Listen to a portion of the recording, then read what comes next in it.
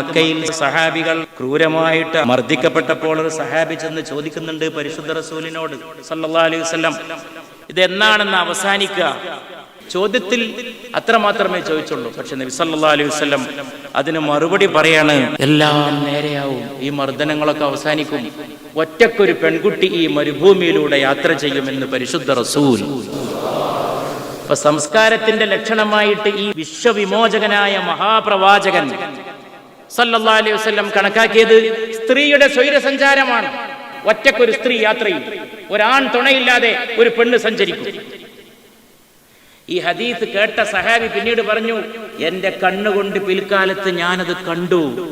വലിയ വലിയ അക്രമി സംഘങ്ങളായ ഗോത്രങ്ങൾ പാർത്തിരുന്ന നാട്ടിലൂടെ ഇറാഖ് നാട്ടിൽ നിന്ന് കഅബയിലെത്തി ഒറ്റക്കൊരു പെണ്ണ് തവാഫ് ചെയ്ത് പോണത് ഞാൻ കണ്ടു. നബി സല്ലല്ലാഹു അലൈഹി വസല്ലമയുടെ നർമ്മം. ഒരു സ്ത്രീ വന്നുകൊണ്ട് തന്റെ ഭർത്താവിനെ പറ്റി നബിയോട് പരാതി പറയായിരുന്നു. നബി ഈ ആളെ തിരിച്ചറിയാൻ വേണ്ടിയിട്ട് ചോദിച്ചു സല്ലല്ലാഹു അലൈഹി വസല്ലം, അഹുവല്ലദീ ഫീ ഐനിഹി ബയാദുൻ, ആ കണ്ണിൽ വെള്ളനിറമുള്ള ആളാണോ നമ്മളെ ഭർത്താവ്? ഭർത്താവിനെ പറ്റി പരാതി പറയാമെന്ന സ്ത്രീയോട് പരിശുദ്ധ റസൂലിന്റെ അന്വേഷണമാണ് സല്ലല്ലാഹു അലൈഹി വസല്ലം. ഈ സ്ത്രീ പേടിച്ചു, ഈ കണ്ണിൽ വെള്ളം നിറന്ന് പറഞ്ഞപ്പോ. അപ്പൊ ഉടനെ തന്നെ നബി ആ സ്ത്രീ ആശ്വസിപ്പിക്കുകയാണ്, ഇന്ന കുല്ല ഇൻസാനിൻ ഫീ ഐനിഹി ബയാദുൻ, ഏത് മനുഷ്യന്റെ കണ്ണിലും വെള്ളം നിറണ്ടാവും.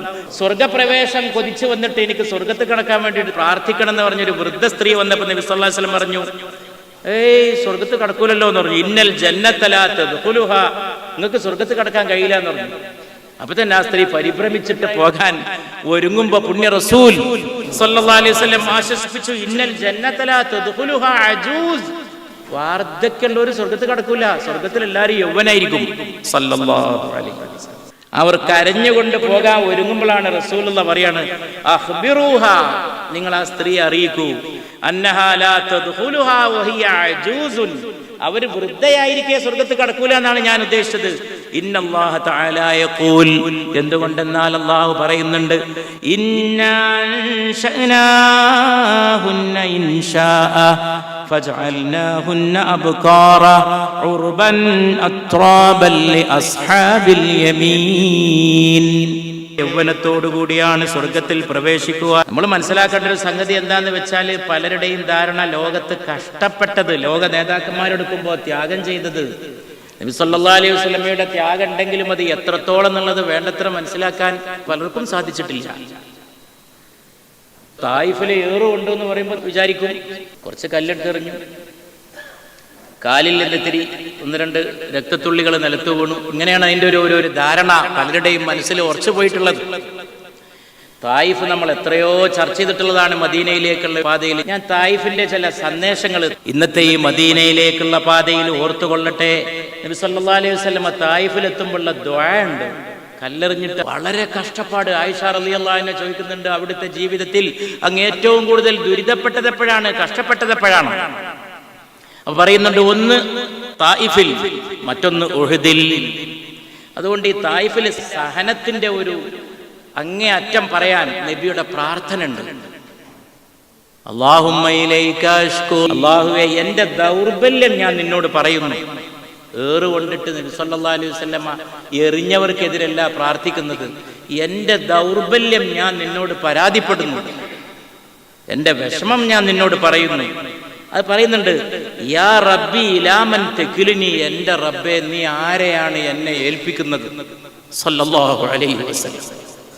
ആളുകൾ എറിഞ്ഞിട്ടിങ്ങനെ ആട്ടി ഓടിച്ചിട്ട് എത്രയോ മൈലുകളാണ് എറിഞ്ഞിട്ടുള്ളത്, കുറച്ച് സ്ഥലമൊന്നുമല്ല. അത്രയേറെ സഹിച്ച ഒരു ലോക നേതാവോ ഒരു പ്രവാചകനോ ലോക ചരിത്രത്തിൽ ഉണ്ടായിട്ടില്ല. നബി ചരിത്രം പഠിക്കുക, സീറ പഠിക്കുക. മുൻഗാമികളായ പണ്ഡിതന്മാരുടെ അഭിപ്രായത്തിൽ ഖുർആൻ ടെക്സ്റ്റ് ആണെങ്കിൽ ആ ഖുർആന്റെ വ്യാഖ്യാനം സുന്നത്ത് എന്ന് പറയുന്നതോടൊപ്പം ചില മഹാന്മാരായ പണ്ഡിതന്മാർ പറഞ്ഞിട്ടുള്ളത് സീറ എന്നാണ്. ഖുർആന്റെ വ്യാഖ്യാനം നബി ചരിത്രമാണ്, സീറത്തുർ റസൂൽ സല്ലല്ലാഹു അലൈഹി വസല്ലം. നബി സല്ലല്ലാഹു അലൈഹി വസല്ലം തായിഫിൽ സഹിച്ചതിന്റെ അങ്ങേ അറ്റം അറിയണമെങ്കിൽ 3 പേര് നബിയെ സ്വാഗതം ചെയ്യുന്നുണ്ട്. തായിഫിലേക്ക് കടന്നു ചെല്ലുമ്പോ ഒരാൾ ചോദിക്കാണ്, അമ്മാ വജദല്ലാഹു അഹദൻ യുർസിലഹു ഗൈറക്, നിന്നല്ലാതെ ആരെയും ദൈവത്തിന് അള്ളാഹുവിന് നബിയാക്കാൻ കിട്ടിയില്ലേ? തായിഫിന്റെ ഒരു കഠിന കഠോരത മനസ്സിലാക്കാനാണ് പ്രിയപ്പെട്ടവരെ, ഞാൻ ഈ വാക്കുകൾ ഇവിടെ ഉദ്ധരിക്കുന്നത് 3 പേരാണ് നബിയെ തായിഫിലേക്ക് ചെല്ലുമ്പോൾ വരവേൽക്കുന്നത്. ആ വരവേൽപ്പിന്റെ ഒരു സ്വഭാവമാണിത്. ഒരാൾ ചോദിക്കാണ്, നിന്നല്ലാതെ വേറെ ആരെയും പ്രവാചകനാക്കാൻ അള്ളാഹുവിന് കിട്ടിയില്ലയോ സല്ലല്ലാഹു അലൈഹി വസല്ലം? മറ്റൊരാൾ ചോദിക്കാണ്, നീ നബിയാണെങ്കിൽ പിന്നെ അതിനേക്കാൾ നല്ലത് കഅബയുടെ മൂടുപടം മോഷ്ടിക്കലാണ്. മറ്റൊരുത്തൻ പറയാണ്, ഞാൻ നിന്നോട് മിണ്ടൂല. അഥവാ നീ നബി ആണെങ്കിൽ നിന്നോട് മിണ്ടാൻ പോകുന്ന അപകടം, നീ നബി അല്ലെങ്കിലോ നിന്നോട് മിണ്ടുന്നത് വൃഥാവിലായി പോവും, അതുകൊണ്ട് ഞാൻ മിണ്ടൂല. ഈ 3 സ്വാഗതം കണ്ടുകൊണ്ടാണ് പരിശുദ്ധ റസൂൽ സല്ലല്ലാഹു അലൈഹി വസല്ലം അങ്ങോട്ട് കടക്കുന്നത്. പിന്നെ ഏറ് തുടങ്ങി. കിലോമീറ്ററുകൾ പരിശുദ്ധ റസൂൽ ഓടി സല്ലല്ലാഹു അലൈഹി വസല്ലം. എറിഞ്ഞിട്ട് 2 ചോരത്തുള്ളി ഇറ്റ് വീണതല്ല, എറിഞ്ഞ് ഓടി തളർന്ന് വീണതാണ് പരിശുദ്ധ റസൂൽ. അപ്പൊ കൂടുള്ളത് സെയ്ദ് എന്ന ചെറുപ്പക്കാരൻ മാത്രമാണ്, നബിയുടെ സേവകനായ സെയ്ദ് മാത്രം. നബിയെ സെയ്ദ് കയ്യിൽ ഏന്താണ്, വാർന്നൊലിക്കുന്ന രക്തവുമായി സല്ലല്ലാഹു അലൈഹി വസല്ലം. അവിടെയാണ് ഒരു മരത്തണലിൽ പോയിരിക്കുമ്പോ അദാസ് മുന്തിരിങ്ങ കൊടുക്കുന്നത്. നബി സല്ലല്ലാഹു അലൈഹി വസല്ലം പേര് വെച്ച് പരിചയപ്പെടുമ്പോഴാണ് ആ ചെറുപ്പക്കാരൻ പറയുന്നത്, ഞാൻ നിനേവക്കാരനാണ്. അപ്പോഴാണ് നബി സല്ലല്ലാഹു അലൈഹി വസല്ലം പറഞ്ഞത്, നിനേവ യൂനുസിന്റെ നാടാണല്ലോ എന്ന്. അപ്പൊ ഈ ചെറുപ്പക്കാരൻ ചോദിക്കുന്നു, അങ്ങ് യൂനുസിനെ അറിയുമോ? അപ്പൊ പരിശുദ്ധ റസൂലിന്റെ നിഷ്കളങ്കതയിൽ അവിടുന്ന് പറയാണ്, യൂനുസ് കൊണ്ടുവന്ന സന്ദേശവുമായിട്ടാണ് ഞാനും വന്നത് സല്ലല്ലാഹു അലൈഹി വസല്ലം. യാ റബ്ബി ഇലാ മൻ തകിലുനി. തായിഫിൽ ഏറുകൊണ്ട് തളർന്ന ശേഷം അല്ലാഹുവിനോട് ചോദിക്കുന്ന ചോദ്യമാണ്, എൻ്റെ റബ്ബേ, നീ ആരെയാണ് എന്നെ ഏൽപ്പിക്കാൻ പോകുന്നത്? സല്ലല്ലാഹു അലാ മുഹമ്മദ് സല്ലല്ലാഹു അലൈഹി വസല്ലം. അന്ന് രാത്രി പരിശുദ്ധ റസൂൽ സല്ലല്ലാഹു അലൈഹി വസല്ലം തായിഫിൽ നിന്ന് മടങ്ങുമ്പോ നബി ഒറ്റക്ക് മരുഭൂമിയിൽ നിന്ന് നിസ്കാരം തുടങ്ങി. ഏറുകൊണ്ട പകലിന് ശേഷമുള്ള ആദ്യത്തെ രാവാണ്. പരിശുദ്ധ മുഹമ്മദിന്റെ ത്യാഗത്തിന്റെ ദിവസമാണ് സല്ലല്ലാഹു അലൈഹി വസല്ലം. ലോകം നടുങ്ങിയ നേരമാണ്. ദൈവദൂതന്റെ രക്തം ഭൂമിയിൽ ഇറ്റിറ്റ് വീണ ദിവസമാണ്. പരിശുദ്ധ റസൂലിന്റെ വിശുദ്ധ നിണബിന്ദുക്കളാണ് സല്ലല്ലാഹു അലാ മുഹമ്മദ് സല്ലല്ലാഹു അലൈഹി വസല്ലം. സല്ലല്ലാഹു അലാ മുഹമ്മദ് സല്ലല്ലാഹു അലൈഹി വസല്ലം. സല്ലല്ലാഹു അലാ മുഹമ്മദ് സല്ലല്ലാഹു അലൈഹി വസല്ലം. ലോകത്തിന് മുഴുവൻ നീതി പഠിപ്പിക്കാൻ വന്ന പുണ്യ റസൂൽ. എന്നിട്ടും അവിടുത്തെ ഉപദ്രവിച്ചു. ലഖദ് തഫൽ കൈൽ, ലഖദ് തഫൽ കൈൽ, ലഖദ് തഫൽ കൈൽ. ഈ ലോകത്തിന്റെ സകലമാന അനീതികളെയും ചോദ്യം ചെയ്തുകൊണ്ട് പുണ്യ റസൂൽ പറയുകയാണ്, ലൈസ ലീ ബിനിൽ ബൈളാഇ ഫളലുൻ അലാ ഇബ്നിസ് സൗദാഇ ഇല്ലാ ബിൻ തഖ്വാ. ഒരു വെളുത്തവന്റെ മകന് ഒരു കറുത്തവന്റെ മകനേക്കാൾ ഒരു പ്രത്യേകതയുമില്ലെന്ന് പരിശുദ്ധ റസൂൽ സല്ലല്ലാഹു അലൈഹി വസല്ലം. അത് റസൂലുള്ള പറയണത്, ഒരാൾ മറ്റൊരാളുടെ മകനെ ഇബ്നു സൗദാ എന്ന് വിളിക്കുന്നത് നബി കേട്ടു. കറുത്തവന്റെ മോനെ. ഇത്രയേ ഉള്ളൂ ലോകം. ലോകത്തിന്റെ അകത്ത് കുടിലമായ വംശീയതയാണ്, കുടിലമായ വർഗീയത, വംശീയത, ഫാഷിസം. അത് മാത്രമല്ല, ഫാഷിസം, പല രീതിയിലുള്ള വംശീയ വിരോധങ്ങൾ, മുൻവിധികൾ, അത് ആളുകളെ ഭരിച്ചോണ്ടിരിക്കുന്നു. ഞാൻ ഹ്യൂമിനെ വായിച്ചപ്പോ ഹ്യൂമിനെ പറ്റി ലോകത്ത് പലരും പ്രശംസിച്ചിരിക്കുന്നു. ഹ്യൂമ് വലിയ ഫിലോസഫി എഴുതി വെച്ച ഫിലോസഫറാണ്. പക്ഷെ ഹ്യൂം എഴുതി വെച്ചിട്ടുണ്ട്, ഏറ്റവും മോശപ്പെട്ട വെള്ളക്കാരനാണ് ഏറ്റവും മെച്ചപ്പെട്ട കറുത്തവനേക്കാൾ മികവുറ്റവൻ. ലോകത്തിന് ദർശനം പഠിപ്പിക്കുന്ന ഫിലോസഫറുടെ വാക്കാണത്. ഇതൊക്കെ ചെറുപ്പക്കാർ മനസ്സിലാക്കണം. ലോകത്തെ ഏറ്റവും വലിയ ഫിലോസഫറാണ് അരിസ്റ്റോട്ടിൽ. സ്ത്രീകൾക്ക് ആത്മാവില്ല എന്നായിരുന്നു അരിസ്റ്റോട്ടലിന്റെ അഭിപ്രായം. സ്ത്രീകൾക്ക് പുരുഷന്മാരുടെ അത്ര പല്ലില്ല എന്നും അരിസ്റ്റോട്ടിൽ എഴുതി വെച്ചിട്ടുണ്ട്.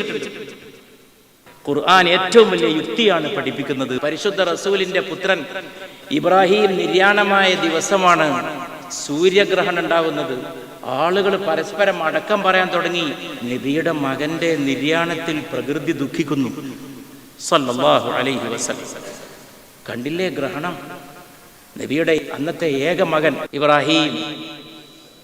മുലകുടിയുടെ സമയത്താണ് ഇബ്രാഹിം നിര്യാണമായത്. നബിക്ക് വലിയ ഇഷ്ടമായിരുന്നു. നബി ഇങ്ങനെ നെഞ്ചോട് ചേർത്ത് വെച്ചിരുന്നാണ് ഈ കുട്ടിയെ സല്ലല്ലാഹു അലൈഹി വസല്ലം. ലമ്മഹു ഇലാ സദ്രിഹി എന്നാണ്. ആ കുട്ടി മരണപ്പെടുമ്പോൾ നബി സല്ലല്ലാഹു അലൈഹി വസല്ലം വളരെ ദുഃഖിച്ചു, വളരെ വ്യസനിച്ചു. നബി സല്ലല്ലാഹു അലൈഹി വസല്ലം പറയുന്നുണ്ട്, എൻ്റെ പൊന്നു മോനെ ഇബ്രാഹിം, നിന്റെ മരണത്തിൽ ഞങ്ങൾ ദുഃഖിക്കുന്നടാ.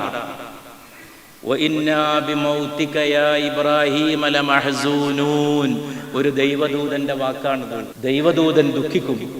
ആരാണൊരു ദൈവദൂതൻ? മനുഷ്യരുടെ ദുഃഖങ്ങൾ ഏറ്റെടുക്കുന്നവൻ ദൈവദൂതൻ. മനുഷ്യർക്ക് അത്താണി പണിയുന്നവൻ ദൈവദൂതൻ. മനുഷ്യരെ മോചിപ്പിക്കുന്നവൻ ദൈവദൂതൻ. രാഷ്ട്രീയ വിമോചനം നിർവഹിക്കുന്നവൻ ദൈവദൂതൻ. സമത്വം കൊണ്ടുവരുന്നവൻ ദൈവദൂതൻ.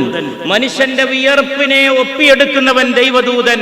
അവനെ ബന്ധിച്ചിരുന്ന ചങ്ങലക്കെട്ടുകൾ പൊട്ടിച്ചെറിയുന്നവൻ ഖുർആനാണ്. അവരുടെ ഭാരം ഈ നബി ഇറക്കി വെക്കും. ഈ പുണ്യ നബി മുഹമ്മദ് നബി സല്ലല്ലാഹു അലൈഹി. അവരെ ബന്ധിച്ചിരുന്ന ചങ്ങലക്കെട്ടുകൾ ഈ നബി പൊട്ടിച്ചെറിയും സല്ലല്ലാഹു അലൈഹി വസല്ലം. ഈ രണ്ട് വാക്കും ഖുർആൻ പഠിക്കാത്ത ഒരാൾ കേട്ടാൽ അയാൾ വിചാരിക്കും ഇത് വല്ല രാഷ്ട്രീയ പാർട്ടിയുടെ ഭരണഘടനയിലെ വാക്കല്ലേ എന്ന്. ഭാരങ്ങൾ ഇറക്കി വെക്കുകയും ചങ്ങലകൾ പൊട്ടിച്ചെറിയുകയും ചെയ്യും. അവരുടെ ഭാരം ഇറക്കി വെക്കും.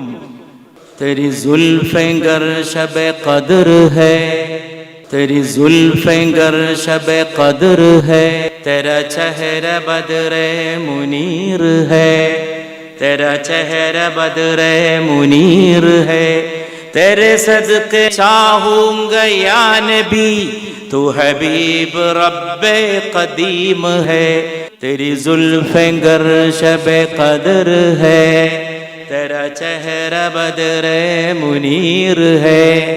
അങ്ങയുടെ മുടിനാരിഴകൾ, അങ്ങയുടെ തലമുടി ലൈലത്തുൽ ഖദറിന്റെ രാവ് പോലെയാണെങ്കിൽ നബിയെ മുസ്തഫ സല്ലല്ലാഹു അലൈഹി വസല്ലം അങ്ങയുടെ മുഖം ജ്വലിക്കുന്ന പൂർണ്ണചന്ദ്രനാണ്.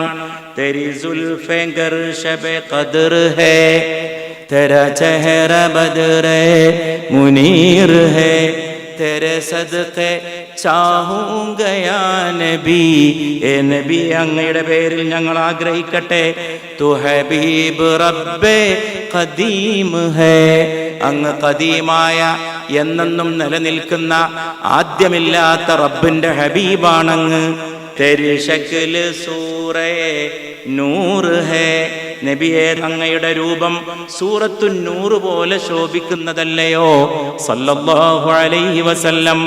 യ ജഹാൻ മേ കോയി ആജ് തക്, ഈ ലോകത്ത് ഇന്നോളം തെരി മസൽ നഹീ ഹേ യാ നസീർ ഹേ, അങ്ങേക്ക് തുല്യരായിട്ട് ആരുമില്ല നബിയെ, അങ്ങയെ പോലെ മറ്റാരുമില്ല നബിയെ.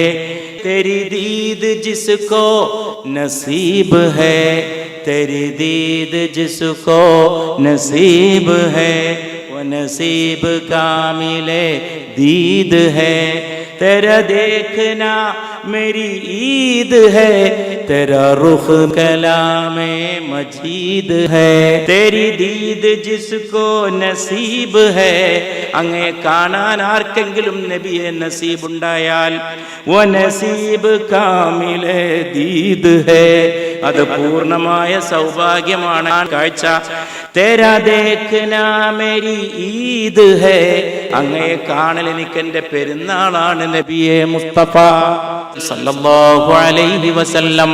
തേരാ റുഹ് കലാമേ മജീദ് ഹേ, അങ്ങയുടെ മുഖം ഖുർആൻ മജീദാണ് നബിയെ സല്ലല്ലാഹു അലാ മുഹമ്മദ് സല്ലല്ലാഹു അലൈഹി വസല്ലം. സല്ലല്ലാഹു അലാ മുഹമ്മദ് സല്ലല്ലാഹു അലൈഹി വസല്ലം. സല്ലല്ലാഹു അലാ മുഹമ്മദ് സല്ലല്ലാഹു അലൈഹി വസല്ലം. അദ്ദിൽ അമാന, നിങ്ങൾ അമാനത്ത് വീട്ടണമെന്ന് പുണ്യ റസൂൽ സല്ലല്ലാഹു അലൈഹി വസല്ലം. ബാധ്യതകൾ വീട്ടണം. ഇലാമനി ഇത്തമനക, അമാനത്ത് ഏൽപ്പിച്ചവർക്കുള്ള അമാനത്ത് വീട്ടണം. വലാ തഖുൻ മൻ ഖാനക, നിന്നെ ചതിച്ചവനെ നീ ചതിക്കരുത്. പരിശുദ്ധ റസൂൽ സല്ലല്ലാഹു അലൈഹി വസല്ലം. ഇന്ന് ലോകത്ത് ബഹുസ്വരതയാണ് ഏറ്റവും വലുത്. നമ്മൾ പറയും എല്ലാം ഉൾക്കൊള്ളലാണ് ബഹുസ്വരത. പരിശുദ്ധ റസൂൽ. ഇപ്പൊ ഞാൻ പരിശുദ്ധ ഖുർആന്റെ 1-2 സംഭവങ്ങൾ പറയാം.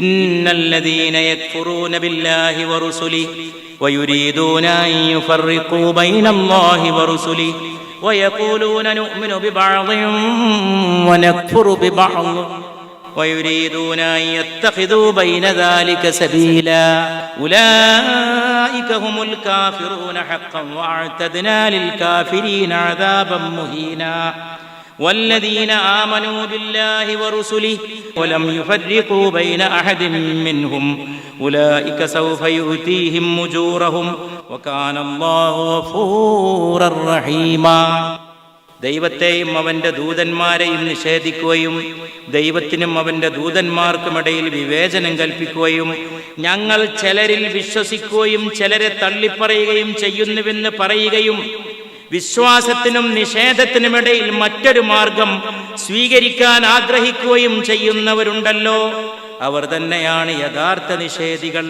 സത്യനിഷേധികൾക്ക് നാം നിന്ദ്യമായ ശിക്ഷ ഒരുക്കി വെച്ചിട്ടുണ്ട്. അല്ലാഹു അവർക്ക് പ്രതിഫലം നൽകും. അല്ലാഹു ഏറെ പൊറുക്കുന്നവനാണ്, പരമദയാലുവും. ദൈവദൂതന്മാർക്കിടയിൽ വിവേചനം കൽപ്പിക്കരുത് എന്നുള്ളതാണ് ഖുർആന്റെ ഏറ്റവും വലിയൊരു നയം. അതാണ് ബഹുസ്വരത. മോശെ, യേശു എല്ലാരെയും അംഗീകരിക്കും, എല്ലാരെയും ബഹുമാനിക്കും. ഇതിനേക്കാളും വലിയ ബഹുസ്വരതയുണ്ടോ?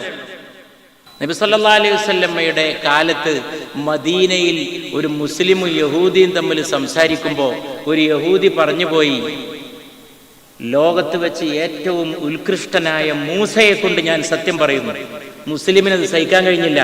അദ്ദേഹം ഈ യഹൂദിയോട് പറഞ്ഞു, ലോകത്ത് അത്യുത്കൃഷ്ടനായ മുഹമ്മദ് നബി ജീവിച്ചിരിക്കുമ്പോഴല്ലേ നീ ഇത് പറഞ്ഞത്?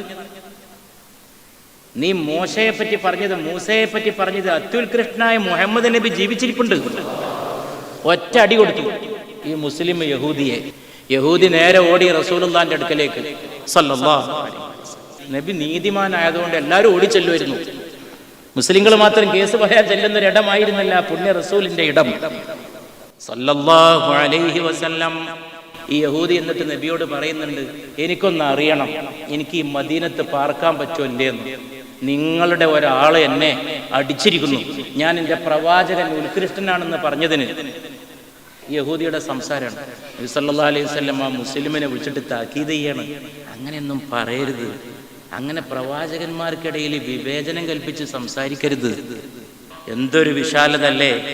ഖുർആനിലെ പുണ്യ നബിയുടെ പേര് ആകെ 5 തവണ മാത്രമേ പറഞ്ഞിട്ടുള്ളൂ. അതിൽ ഒരു തവണ അഹ്മദ് എന്നും ബാക്കി 4 തവണ മുഹമ്മദ് എന്നുമാണ് സല്ലല്ലാഹു അലൈഹി വസല്ലം. പക്ഷെ യേശുവിന്റെ, ഈസാ നബിയുടെ പേര് 25 തവണയും മിശീഹ എന്ന പേര് 11 തവണയും, അങ്ങനെ 36 വട്ടം യേശുവിനെയും 140 വട്ടം മോശയെയും 17 പ്രവാചകന്മാരുടെ പേരുകൾ മുഹമ്മദ് നബിയുടെ പേരിനേക്കാൾ ഖുർആനിൽ അള്ളാഹു പരാമർശിച്ചിരിക്കുന്നു. ഇത് അത്ഭുതകരമായൊരു പ്ലൂരലിസമാണ്. ബഹുസ്വരത എന്ന് പറഞ്ഞ് എല്ലാം ഉൾക്കൊള്ളാന്ന് പറയാൻ എളുപ്പമാണ്, പ്രയാസാണ് ഇത് ഉൾക്കൊള്ളാൻ. നബി സല്ലല്ലാഹു അലൈഹി വസല്ലമയുടെ കാലത്ത് അൻസാറുകളിൽപ്പെട്ട ഉബൈരിത്തിന്റെ മകൻ ബഷീർ, അദ്ദേഹത്തിന് തഅമ എന്നും പേരുണ്ട്. ചുരുക്കി പറയാ, ഒരു മുസ്ലിം ചെറുപ്പക്കാരൻ ഖത്താദത്ത് ഇബ്നു നുഅ്മാന്റെ വീട്ടിൽ കയറിയിട്ട് ഒരു പടയങ്കി മോഷ്ടിച്ചു. ഒരു മുസ്ലിമിന്റെ വീട്ടിൽ നിന്ന് ഒരു പടയങ്കി കട്ടെടുത്ത പടയങ്കി സെയ്ദ് എന്ന് പറയുന്ന ഒരു ജൂതന്റെ വീട്ടിൽ കൊണ്ടുപോയിട്ട് സൂക്ഷിച്ചു. ധാന്യമിട്ട സഞ്ചിയിലാണ് ഈ പടയങ്കി കട്ടിട്ട് കൊണ്ടുപോയത്. ധാന്യം കൊണ്ടുപോയ സഞ്ചിക്ക് ദ്വാരം ഉണ്ടായതുകൊണ്ട് പോകുന്ന വഴിക്കൊക്കെ ധാന്യത്തിന്റെ മണി ഇങ്ങനെ തൂകിയിട്ട് പോയി. എന്നിട്ട് അവസാനം ഈ അങ്കി എവിടെ പോയി എന്ന് അന്വേഷിച്ചിട്ട് തഅമയെ പിടികൂടി. തഅമ എന്ന് പറഞ്ഞാൽ യഥാർത്ഥത്തിൽ കട്ട മുസ്ലിമിനെ പിടിച്ചു. ഇന്ന് മുസ്ലിങ്ങളും അല്ലാത്തവരും ഒക്കെ മനസ്സിലാക്കേണ്ടതാണ്. നാട്ടിൽ വർഗീയത എങ്ങനെ ഉണ്ടാവുന്നു പഠിക്കുന്ന, കമ്മ്യൂണാലിസം പഠിക്കുന്ന സ്റ്റുഡൻസ് നിർബന്ധമായിട്ട് പഠിക്കേണ്ട ഒരു വിഷയമാണ്. അങ്ങനെ ഈ തഅമയെ പിടിച്ചു, കള്ളനെ പിടിച്ചു. പക്ഷെ തഅമ അള്ളാഹുവിന്റെ പേരിൽ സത്യം ചെയ്തു. അന്നൊന്നും എന്നുണ്ടല്ലോ കള്ളത്തരം ചെയ്തിട്ട് ദൈവത്തിന്റെ പേരിൽ സത്യം പറയാം. അള്ളാഹുവിന്റെ പേരിൽ സത്യം ചെയ്തപ്പോ പരിശുദ്ധ റസൂൽ സല്ലല്ലാഹു അലൈഹി വസല്ലം ഇയാളെ വെറുതെ വിട്ടു. വീണ്ടും ധാന്യം പിന്തുടർന്ന് പോയി. പിന്നെയും കുറച്ച് സ്ഥലത്ത് ഈ സഞ്ചിന്ന് പോയ ധാന്യം തൂകിക്കിടക്കുന്നുണ്ട്. അത് അന്വേഷിച്ചിട്ട് പടയങ്കിയുടെ ആളുകൾ പിന്നെയും പോയപ്പോ യഹൂദന്റെ വീട്ടിലെത്തി. യഹൂദനാണ് കട്ടതെന്ന് അവർ തെറ്റിദ്ധരിച്ചു. പക്ഷെ ജൂതൻ എന്ത് ചെയ്തു? അയാൾ പറഞ്ഞു, ഇത് തഴമ എന്റെ വീട്ടിൽ സൂക്ഷിക്കാൻ തന്നതാണ്. വീണ്ടും ചോദ്യം ചെയ്തപ്പോഴും ജൂതൻ പറഞ്ഞു, ദൈവത്തെ തന്നെ സത്യം, ഞാൻ മോഷ്ടിച്ചിട്ടില്ല, ഞാൻ മോഷ്ടിച്ചതല്ല. അപ്പോഴേക്ക് മുസ്ലിം ചെറുപ്പക്കാരനായ തഴമയുടെ ബന്ധുക്കൾ പുണ്യനബിയെ സമീപിച്ചു. തൊണ്ടി സഹിതം കളവ് മുതൽ പിടികൂടിയ സ്ഥിതിക്ക് ഞങ്ങളുടെ ചെറുപ്പക്കാരനെ ശിക്ഷിക്കരുത് എന്ന് നബിയോട് പറഞ്ഞു. നമ്മൾ വളരെ സൂക്ഷിക്കണം. പ്രത്യേകിച്ച് ബഹുസ്വര സമൂഹത്തിൽ, എല്ലാ സമുദായങ്ങളും കൂടി പാർക്കുന്ന പൊതുസമൂഹത്തിൽ ഇത്തരം കാര്യങ്ങളാണ് പലപ്പോഴും കുഴപ്പമുണ്ടാക്കുക. തൊണ്ടി മുതൽ കിട്ടി, ആ ജൂതനാണ്, അതുകൊണ്ട് ഇനി ഞങ്ങൾ ആളെ പിടിക്കരുത് എന്ന് നബിയോട് പറഞ്ഞു സല്ലല്ലാഹു അലൈഹി വസല്ലം. തഴമയുടെ സത്യം, ഞങ്ങളുടെ പയ്യനെ പിടികൂടരുത് എന്ന് പറഞ്ഞു. ജൂതന്റെ വീട്ടിൽ നിന്ന് സാധനം കിട്ടി. അപ്പൊ നബി ജൂതനെതിരെ നടപടിക്ക് ഒരുങ്ങി. കാരണം ജൂതന്റെ വീട്ടിൽ നിന്ന് സാധനം കിട്ടി, മുസ്ലിം സത്യം ചെയ്ത് ഒഴിവായി. അയാളുടെ ബന്ധുക്കൾ നബിയെ സമീപിച്ചു സല്ലല്ലാഹു അലൈഹി വസല്ലം. ജൂതനെതിരെ നടപടിക്ക് നബി ഒരുങ്ങുന്ന മിനിറ്റിൽ ജിബ്രീൽ വന്നു, വഹി ഇറങ്ങി. ഇന്നാ അൻസൽനാ ഇലൈക്കൽ കിതാബ ബിൽ ഹഖ് ലിതഹ്കുമ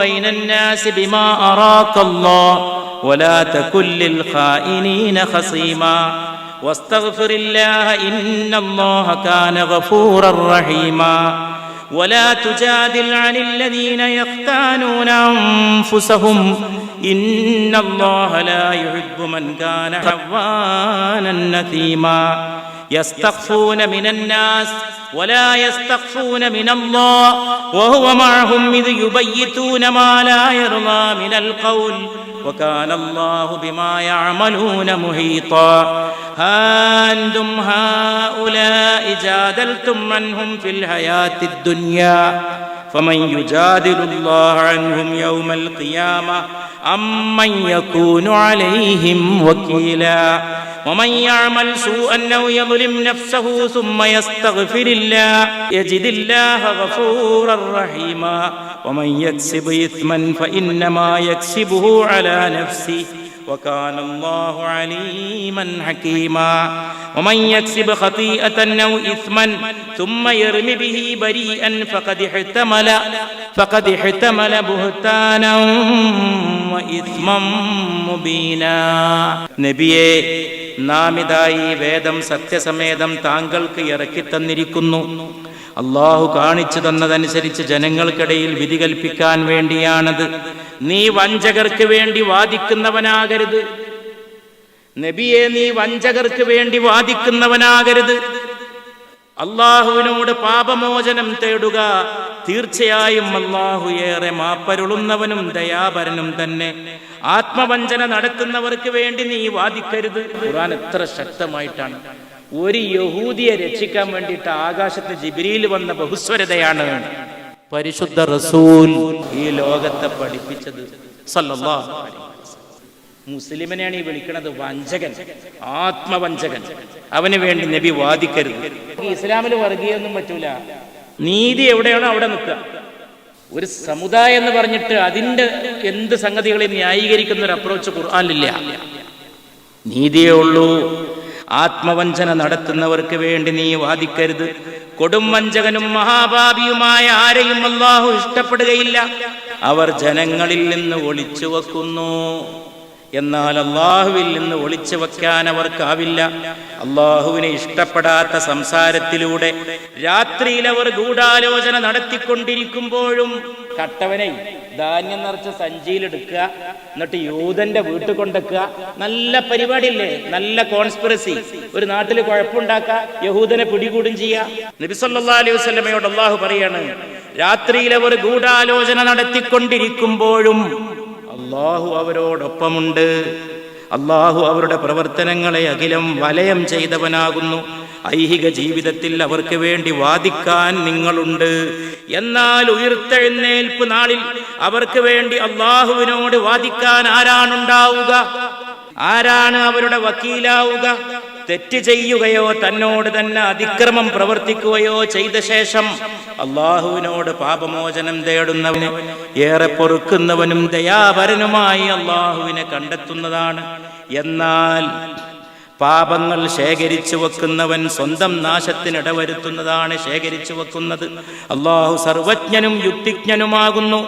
ആരെങ്കിലും വല്ല തെറ്റോ കുറ്റമോ ചെയ്ത ശേഷം അത് നിരപരാധിയുടെ പേരിൽ ചാർത്തുന്നുവെങ്കിൽ, ഒരു മനുഷ്യൻ യഹൂദനാണെങ്കിലും ശരി, ഹിന്ദു ആണെങ്കിലും ശരി, ക്രിസ്ത്യാനിയാണെങ്കിലും ശരി, നിരപരാധിയുടെ മേൽ ചാർത്തുന്നുവെങ്കിൽ കടുത്ത വ്യാജാരോപണവും പ്രകടമായ പാപവുമാണവൻ പേറുന്നതെന്ന് അല്ലാഹു സുബ്ഹാനഹു വ തആല. ജഗാനേ കി ഉൻമേ കബ് തി ജുർറത് ബസ് അപ്നെ കാഫൂരി ഹൂണ്ട് രഖ് കർ, ജഗാനേ കി ഉൻമേ കബ് തി ജുർറത് ബസ് അപ്നെ കാഫൂരി ഹൂണ്ട് രഖ് കർ. നബിയെ ഉണർത്താനുണ്ടോ ജിബ്രീലിന് ധൈര്യം? ജിബ്രീലിന് നബിയുടെ മുമ്പിൽ ധൈര്യമുണ്ടോ ഉറങ്ങിക്കിടക്കുന്ന നബിയെ ഉണർത്താൻ? അദബ് സെ റൂഹുൽ അമീൻ നെ ചൂമേ മേരെ നബി കെ ഖുദൂമെ അഖ്ദസ്. എന്റെ നബിയുടെ പവിത്രമായ പാദങ്ങളെ ജിബ്രീൽ പോലും അദബോടുകൂടി ചുംബിച്ചില്ലയോ സല്ലല്ലാഹു അലൈഹി വസല്ലം. ജഗാനേ കി ഉൻമേ കബ് തി ജുർറത് ബസ് അപ്നെ കാഫൂരി ഹൂണ്ട് രഖ് കർ.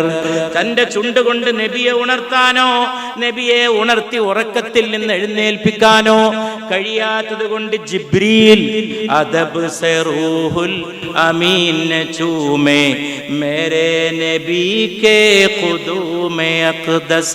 എന്റെ നബിയുടെ പാദങ്ങൾ ജിബ്രീൽ പോലും മുത്തം വെച്ചില്ലയോ? വനർമോ നാസുക് വ പ്യാരെ പ്യാരെ മേരെ നബി കെ ഖുദൂമെ അഖ്ദസ്. എന്റെ നബിയുടെ മൃദുലമായ പാദങ്ങൾ, എന്റെ നബിയുടെ പാദങ്ങൾ ചവിട്ടിയ മണ്ണാണ്. ജഗാതി മിമ്പർ സെ ഹുജ്ർ തക്, ഓ നബിയുടെ മിമ്പറിൽ നിന്ന് നബിയുടെ മുറിയിലേക്കുള്ള സ്ഥലം വല്ലാത്തൊരു സ്ഥലമാണ്. ലോകത്ത് മനുഷ്യന്മാരിത്ര തിരക്കുന്ന ഒരു സ്ഥലം വേറെല്ല എന്ന് അവിടെ ഇടക്കിടക്ക് പോകാൻ ഭാഗ്യമുള്ള നിങ്ങളൊക്കെ കാണുന്നുണ്ടല്ലോ.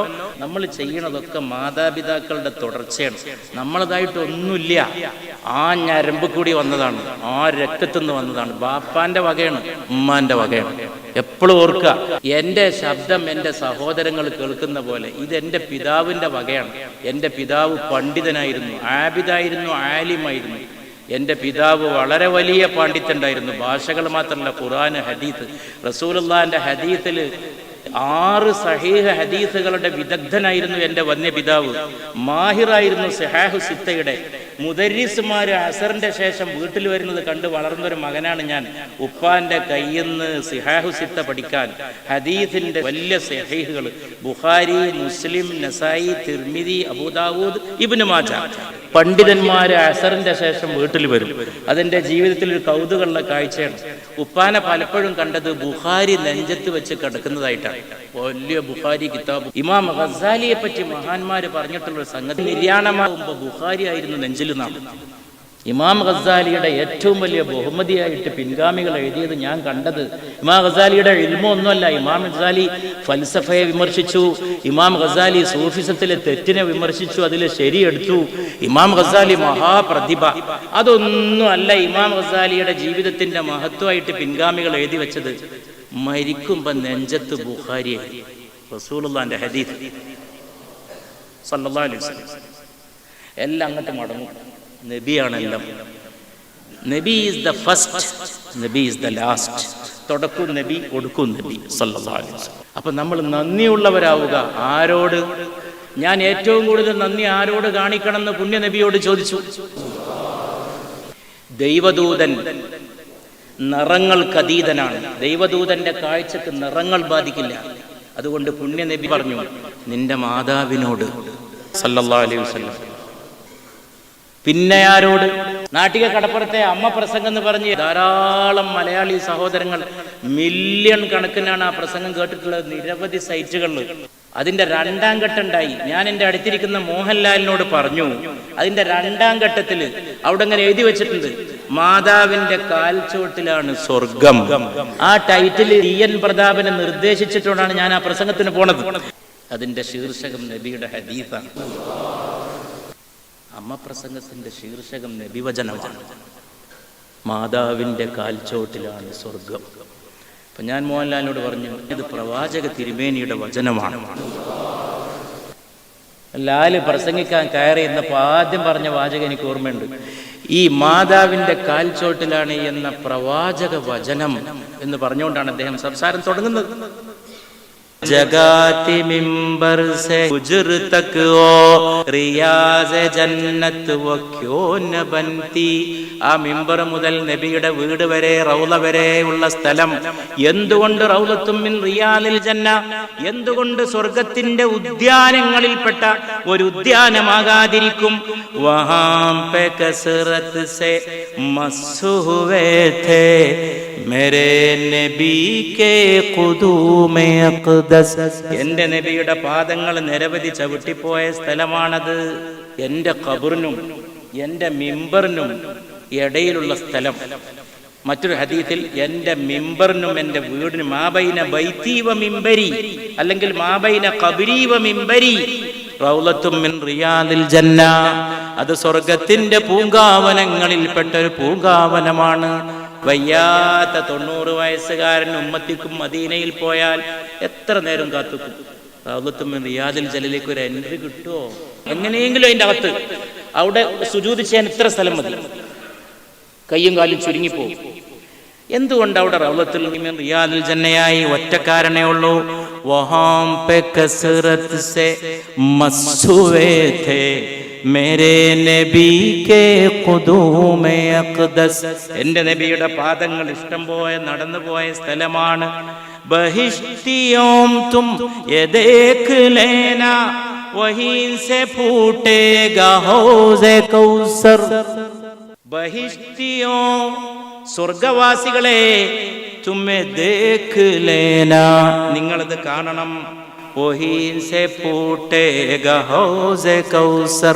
ഈ മദീനയിലെ റൗളത്തും മിൻ റിയാദിൽ ജന്ന എന്നാണ് ഹൗദുൽ കൗസർ പൊട്ടി പുറപ്പെടാ. ഇതൊരു കവിയുടെ വാക്കല്ല. ഒരു ദിവസം റസൂലുള്ള മിമ്പറിൽ കയറിയിട്ട് പറഞ്ഞു, എൻ്റെ മിമ്പറിന്റെ തൂണുകളിൽ ഞാൻ ഹൗദ് കാണുന്നു. ഞാനിപ്പത് കണ്ടുകൊണ്ടിരിക്കുന്നു. ഹൗദ് നിങ്ങളുടെ മുമ്പിൽ നിൽക്കുമ്പോ വപാക്ക് മിമ്പർ ജഹാൻ ലഗേ ഥേ, നബിയുടെ മിമ്പർ എവിടെയാണോ വെച്ചിട്ടുള്ളത്, മേരെ നബി കെ ഖുദൂമെ അഖ്ദസ്. ഇതിനൊക്കെ കാരണം എൻ്റെ നബിയുടെ പുണ്യപാദങ്ങൾ അവിടെ സ്പർശിച്ചതാണ്. ജഗാനേ കി ഉൻമേ കബ് തി ജുർറത്ത് ജിസെ അപ്നി കാഫൂരി ഹൂंट रख कर अदब से रूहुल अमीन चूमे मेरे नबी के क़ुदूमे अक़दस. मेरे नबी के क़ुदूमे अक़दस, मेरे नबी के क़ुदूम